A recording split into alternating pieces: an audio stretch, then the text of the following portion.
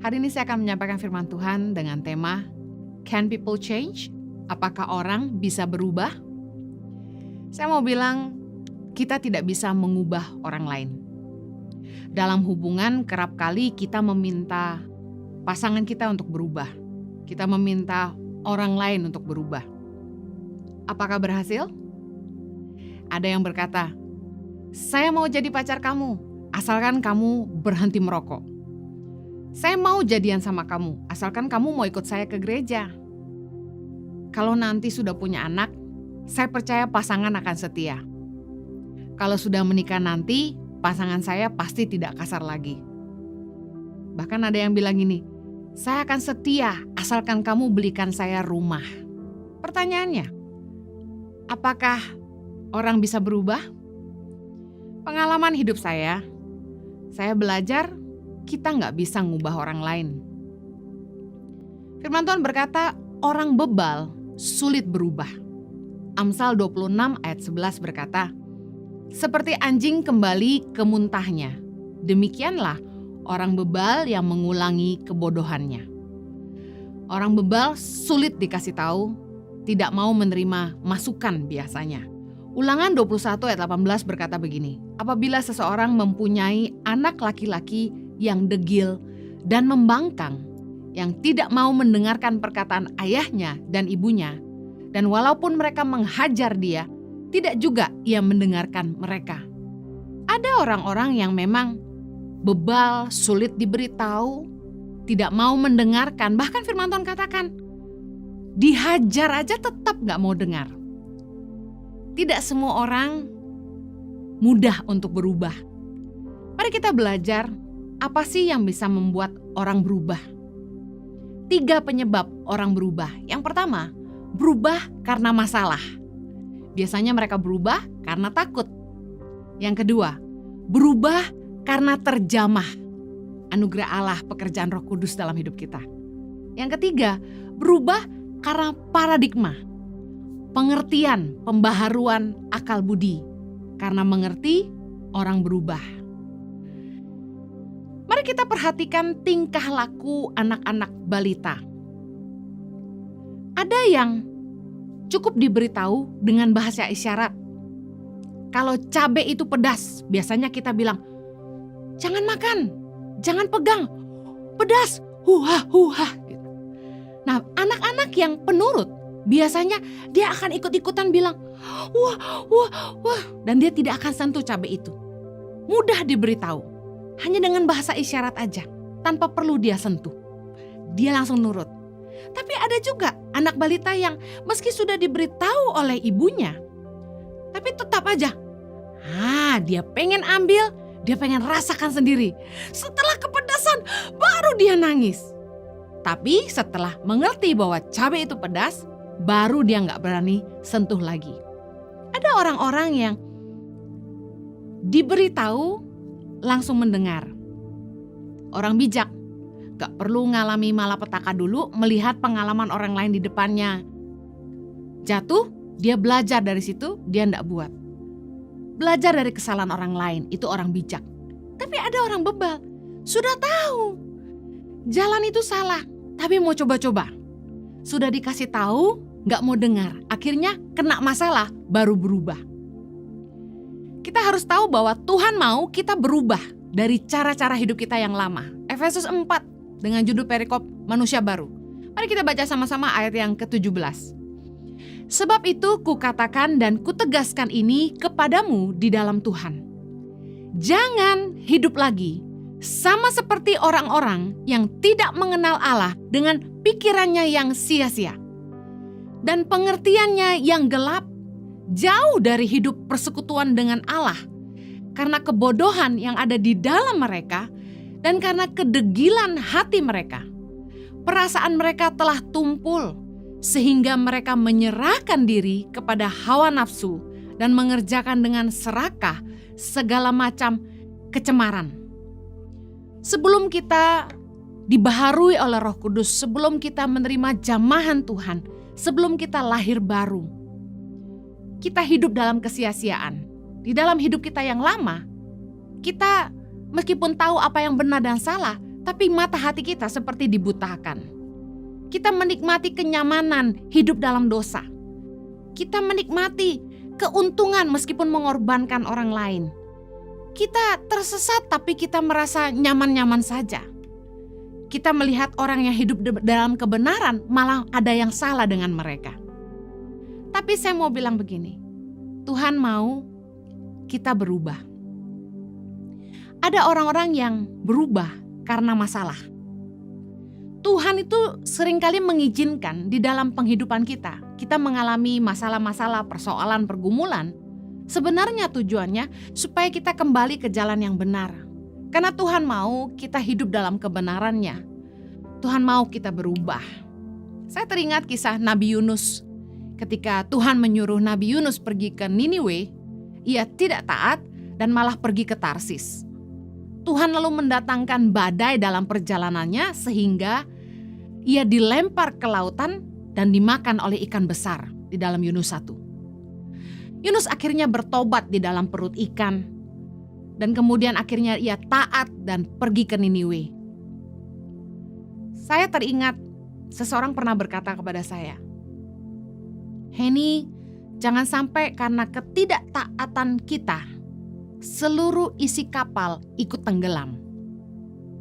Dulu saya pernah pergi jauh dari panggilan Tuhan. Tidak mau jadi hamba Tuhan. Saya mau jadi pengusaha aja. Saya ingin melayani Tuhan dari usaha saya sendiri, dari pekerjaan saya. Saya pikir heroik kalau saya tidak hidup dari pelayanan, tapi saya bisa mendanai pelayanan. Tapi jalan Tuhan bukan jalan kita. Dan saya bersyukur akhirnya saya taat. Saya tidak bisa bayangkan seandainya saya tidak taat dan saya akan mencelakakan seisi rumah saya. Jangan sampai karena ketidaktaatan ayah atau ibu membuat seluruh kapal seisi rumah ikut tenggelam. Belajar dari Yunus. Jangan sampai masalah datang baru kita mau berubah. Jangan sampai kita tertimpa masalah baru kita mau bertobat. Beberapa orang tuh terpaksa berubah karena masalah. Biasanya disebabkan karena rasa takut. Tapi orang yang berubah karena masalah biasanya perubahannya sementara. Contoh, karena jomblo gak punya pacar, berusaha diet. Karena supaya lebih menarik, supaya bisa menambah daya tarik, orang berusaha kurus, berusaha olahraga supaya punya body yang bagus. Tapi apakah perubahannya permanen? Tidak. Begitu sudah menikah atau sudah punya pacar, gemuk lagi. Saya punya teman dulu, agak montok. Ketika masih jomblo, diet luar biasa. Tapi setelah punya pacar, balik lagi. Berubah karena masalah itu sementara. Ada orang yang tadinya makan sembarangan, agak rakus, gak jaga kolesterol, gak jaga makanannya sembarangan. Tapi terkena serangan jantung satu kali, langsung takut. Mulai jaga makan. Saking kepingin makan gorengan, ambil tisu, digencet-gencet tempenya, tahu gorengnya supaya minyaknya keluar semua. Biasanya orang kalau udah kena musibah baru berubah. Tapi perubahan itu gak permanen biasanya. Pasti masih curi-curi makan juga. Setelah di penjara, apa orang berhenti berbuat jahat? Apakah penjara membuat orang berhenti ngobat? Yang saya tahu karena kami juga melayani di penjara, orang yang di penjara itu biasanya keluar masuk. Nggak kapok. Makanya orang kalau berubah karena masalah itu biasanya di bibir aja. Makanya anak muda yang jomblo kalau ada yang janji sama kamu, kalau kamu mau jadi pacar aku berubah deh. Aku ikut kamu ke gereja deh. Kayak ini cuma mau kasih tahu. Perubahan itu biasanya sementara. Nanti kalau sudah dapet kamu ya nggak ke gereja lagi. Kalau sudah jadian sama kamu apalagi udah nikah, ya ngerokok lagi. Kita nggak bisa maksa orang berubah. Dulu saya berusaha mengubah Jojo, pacar saya, yang sekarang jadi suami saya. Jojo tuh orang yang cool, cuek, ya. Saya pernah khotbahkan ini. Saya berusaha mengubah seorang Jojo jadi orang yang perhatian. Jojo tuh senang pergi dengan teman-teman, spend time sama teman-teman, ngumpul bersama dengan teman-teman gitu. Sementara saya tuh orang yang lebih eksklusif, sukanya family time, sukanya keluarga aja gitu. Kalau ada waktu luang lebih baik ngumpul sama keluarga. Beda banget sama suami saya. Saya berusaha bikin dia berubah. Ayo jadi family man. Saya mau bilang, kami sudah kenal dan sudah pacaran sampai nikah itu dari tahun 94 sampai hari ini. Seorang Jojo tetap seorang Jojo. Gak bisa diubah. Ada orang yang berubah karena masalah, contoh. Karena istrinya mengancam diceraikan. Baru suaminya mulai perhatian. Jangan sampai kita dipaksa berubah karena masalah. Poin yang kedua, alasan orang berubah karena terjamah. Berubah karena terjamah oleh Roh Kudus. Salah satu pekerjaan Roh Kudus dalam hidup kita adalah menyadarkan kita akan dosa. The one time your eyes were open and you realize you were wrong. Pernah gak saudara ngalami lahir baru? Waktu ketika Anda mengalami jamahan Tuhan pertama kali, Roh Kudus membuat kita sadar akan semua kesalahan kita, dosa-dosa kita. Hal-hal yang tidak baik yang kita lakukan. Meskipun orang lain gak tahu. Tapi hari itu dibukakan. Dan kita saat itu juga sadar akan dosa-dosa kita. Dan saat itu juga kita diberikan kelemah lembutan dalam hati kita. Untuk menerima Dia sebagai Tuhan dan Juru Selamat. Dan kita ingin berubah. Kita sadar kita harus bertobat. Pernahkah Anda mengalami kelahiran baru? Saya masih ingat ketika pertama kali Roh Kudus jamah saya. Saya langsung ingat akan semua dosa-dosa saya.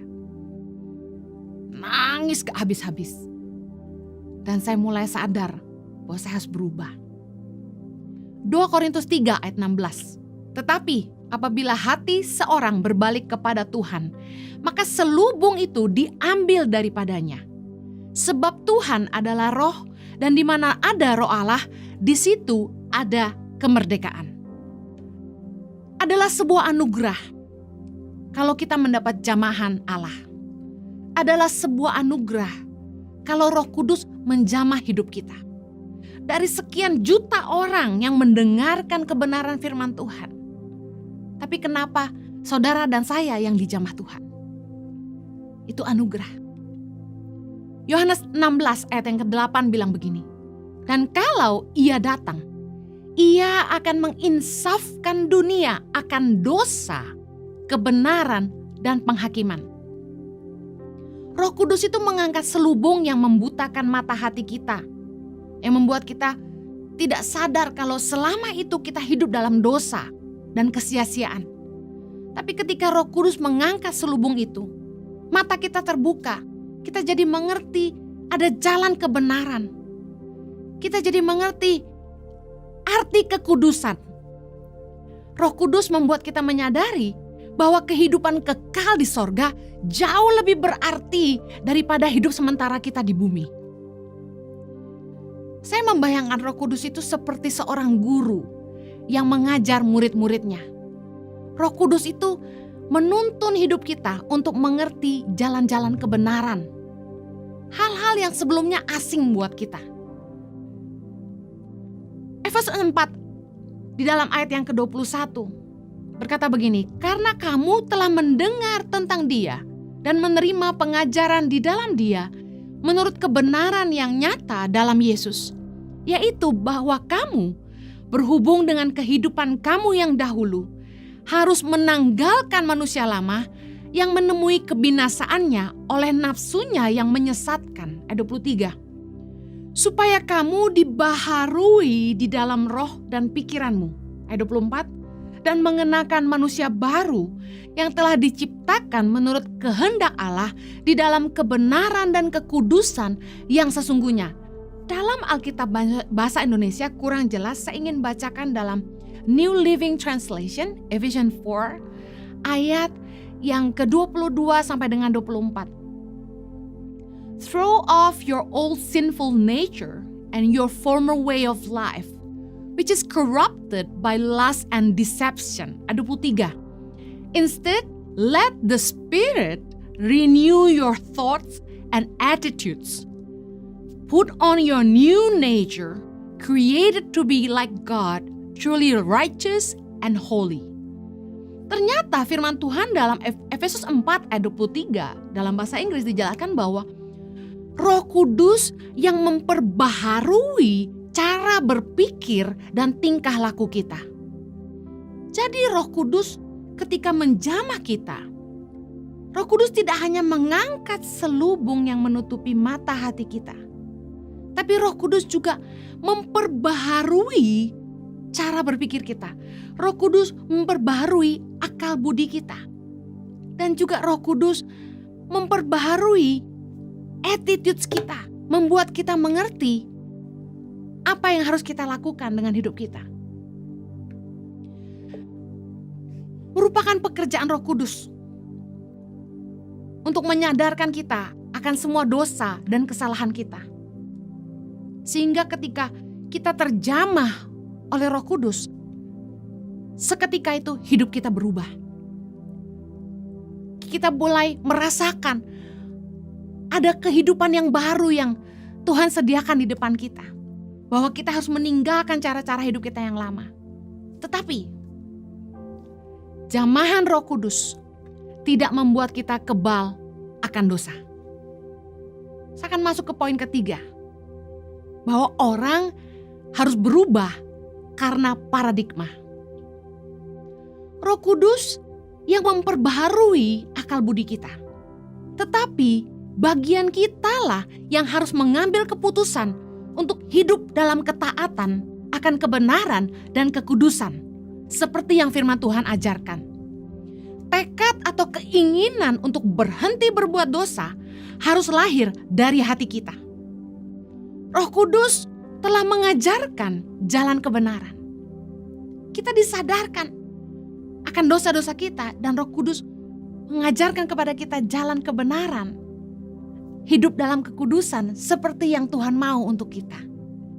Tetapi kita harus berubah oleh pembaharuan akal budi yang artinya setelah kita mengerti, kita harus melakukannya. Kita harus menghidupinya. Kita harus mentaatinya. Merupakan tanggung jawab kita untuk menghidupi kebenaran.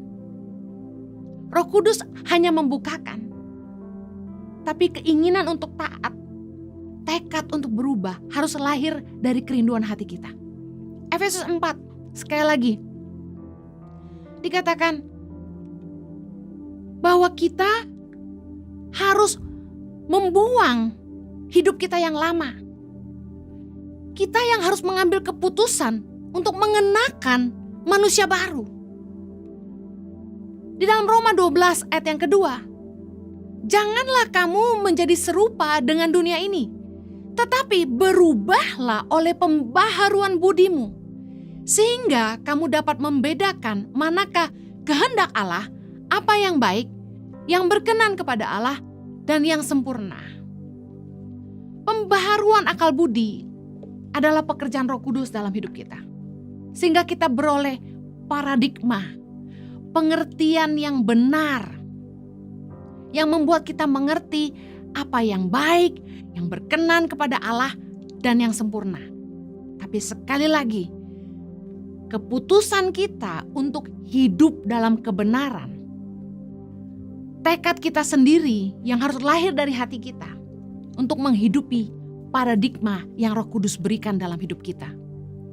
Efesus 4 ayat 25 memberikan tanggung jawab kepada kita untuk membuang dusta. Dikatakan karena itu buanglah dusta dan berkatalah benar seorang kepada yang lain.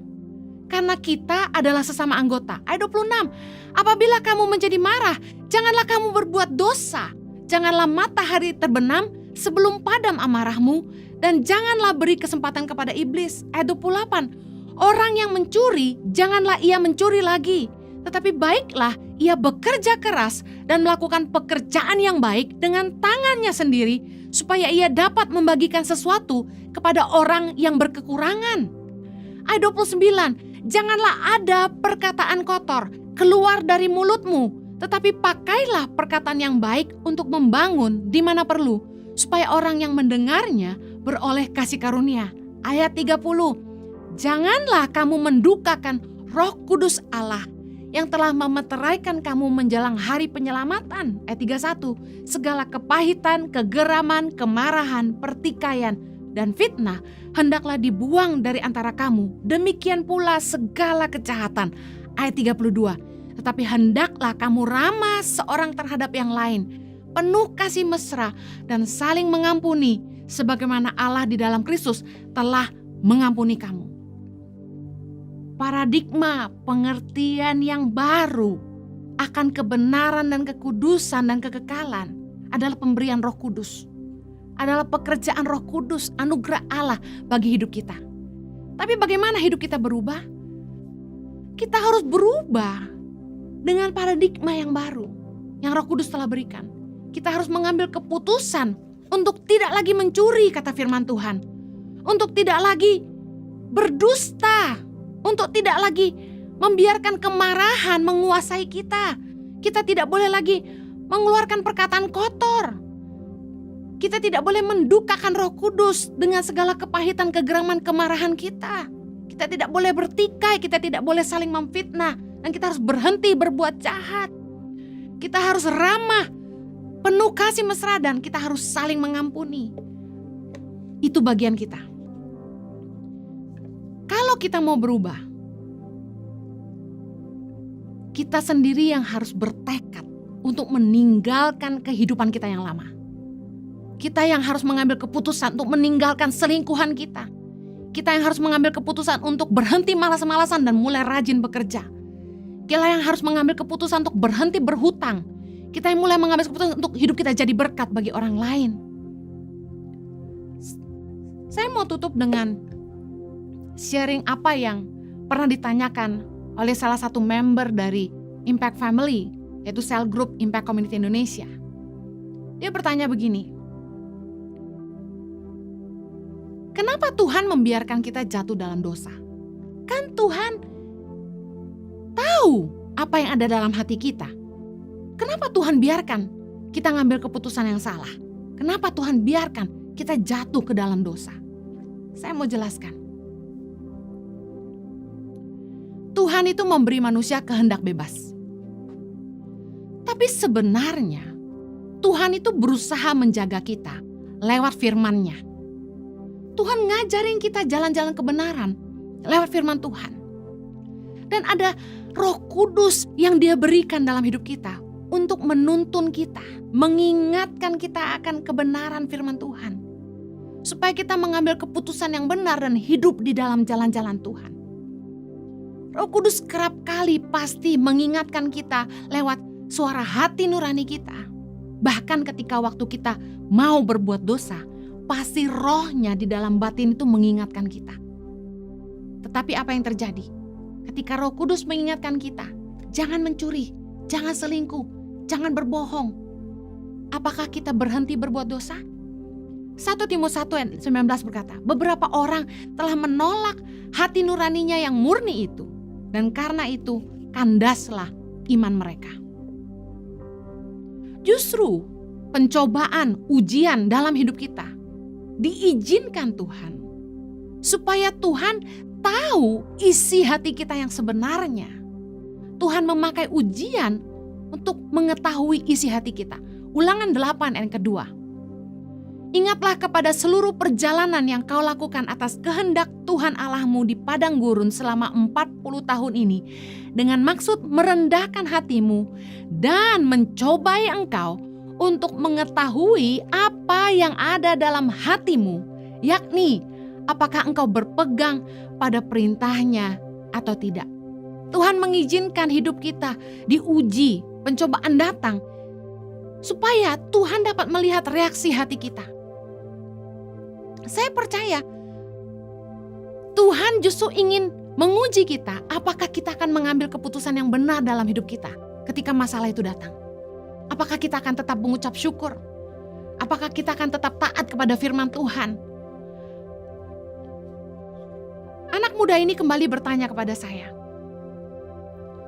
kalau saya tahu rencana Tuhan, kalau saya tahu takdir hidup saya pasti hidup dalam ketaatan. Kenapa Tuhan gak kasih tahu aja rencana Tuhan buat saya? Saya mau ingatkan, bangsa Israel sudah diberitahu rancangan Tuhan bagi masa depan mereka, yaitu negeri yang berlimpah susu dan madu. Tapi apa mereka taat? Waktu mereka diuji di padang gurun, dalam perjalanan menuju tanah perjanjian yang Tuhan akan berikan bagi mereka, seperti sifat manusia pada umumnya, meski telah melihat tangan Tuhan bekerja menyertai mereka, mereka telah mengalami berbagai pertolongan dan penyediaan Tuhan, mereka tetap tidak mengucap syukur, tetap bersungut-sungut, hidup dalam penyembahan berhala, terus berbuat jahat, hidup dalam dosa percabulan, dan mereka terus menyakiti hati Tuhan. Lalu apakah dengan hukum manusia akan taat? Ingat, Tuhan itu memperlambat perjalanan bangsa Israel di padang gurun. Mereka berputar-putar selama 40 tahun. Tapi kesetiaan Tuhan gak pernah meninggalkan mereka. Sampai akhirnya Tuhan berusaha memagari mereka untuk jangan berbuat jahat dengan memberikan 10 perintah Allah kepada Musa dalam 2 loh batu. Bahkan Musa menuliskan lagi 613 perintah dalam kitab Taurat. Tapi apakah bangsa Israel taat? Apakah bangsa Israel menjadi taat kepada kehendak Tuhan meski sudah tahu rencana Tuhan bagi mereka? Sekalipun mereka dipagari dengan 10 perintah Allah dan 613 hukum Taurat. Tidak. Bagaimana membuat manusia itu taat kepada Tuhan? Akhirnya Tuhan tahu. Yang pertama, manusia tidak bisa hidup tanpa hukum. Tanpa hukum, kita jadi liar. Manusia itu memang harus diatur. Tuhan jadi sadar bahwa manusia gak bisa hidup tanpa hukum. Yang kedua, meskipun sudah dipaksa dengan hukum, manusia tetap gak taat. Buktinya banyak yang melanggar hukum. Yang ketiga, meski tahu kehendak Tuhan, manusia tetap tidak taat. Akhirnya Tuhan mengerti bahwa keinginan untuk taat kepada Tuhan, hati yang mengasihi Tuhan, harus lahir dari keputusan hati kita sendiri. Manusia tuh gak bisa berubah hanya karena dipaksa. Mau karena masalah, mau sudah mengalami jamahan Roh Kudus, manusia tetap gak berubah. Banyak orang yang sudah lahir baru, lalu jatuh bangun lagi dalam dosa. Karena jamahan Roh Kudus tidak membuat kita kebal akan dosa. Lalu apa yang bisa membuat kita berubah? Kita berubah karena paradigma yang diberikan oleh Roh Kudus. Kita harus punya tekad dari hati kita sendiri untuk hidup dalam kebenaran, hidup dalam kekudusan, hidup dalam takut akan Tuhan. Menyadari bahwa apapun yang kita tabur dalam kehidupan kita yang sementara di bumi ini akan kita tuai dalam kekekalan nanti. Menyadari bahwa kita harus hidup dalam ketaatan kepada Tuhan karena Dia telah terlebih dahulu mengasihi kita. Dan Yesus telah memberikan hidupnya dan taat sampai mati di kayu salib untuk menyelamatkan dosa-dosa kita. Gak ada seorang pun yang bisa memaksa kita bertobat. Tidak ada seorang pun yang bisa memaksa kita berubah. Bahkan Tuhan sudah mencobanya dengan bangsa Israel. Apakah Anda mau berubah?